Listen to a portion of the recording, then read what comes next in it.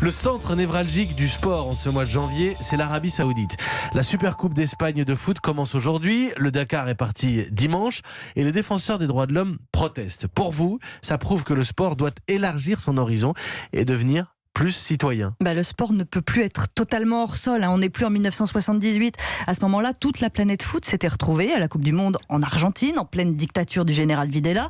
Et personne, ou presque, ne trouvait rien à redire parce qu'après tout, ça n'était que du sport. Mais le monde a changé et aujourd'hui, l'opinion publique demande des comptes. Et tant mieux parce que ça ne cantonne plus le sport aux victoires, aux défaites, aux records. Là, les stars du foot se bousculent en Arabie Saoudite. Après Cristiano Ronaldo en décembre, voilà Lionel Messi et les autres pour participer à la Supercoupe d'Espagne. Et ça fait du bruit, comme pour les pilotes du Dakar. Est-ce qu'on peut organiser des événements sportifs dans un pays aussi peu respectueux des droits de l'homme ? Cette question, elle prend aujourd'hui plus de place que les compétitions elles-mêmes. Et oui, tant mieux, parce que ça me semble essentiel de réfléchir au rôle du sport dans la société et au message envoyé au monde. Quand la Supercoupe d'Espagne a été annoncée à Riyad, la TVE, la télé publique espagnole, a tout de suite dit stop. L'appel d'offres, ce sera sans nous, parce qu'on ne veut pas lutter pour une compétition dans un pays qui ne respecte pas les droits de l'homme.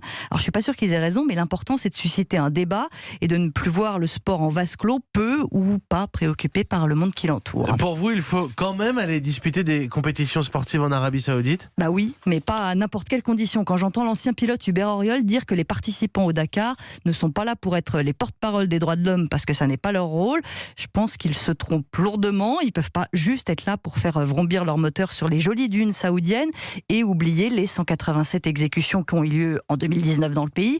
Sinon, ils seraient uniquement les vecteurs de la communication mise en place par l'Arabie Saoudite. Et ça serait peut-être bien d'éviter.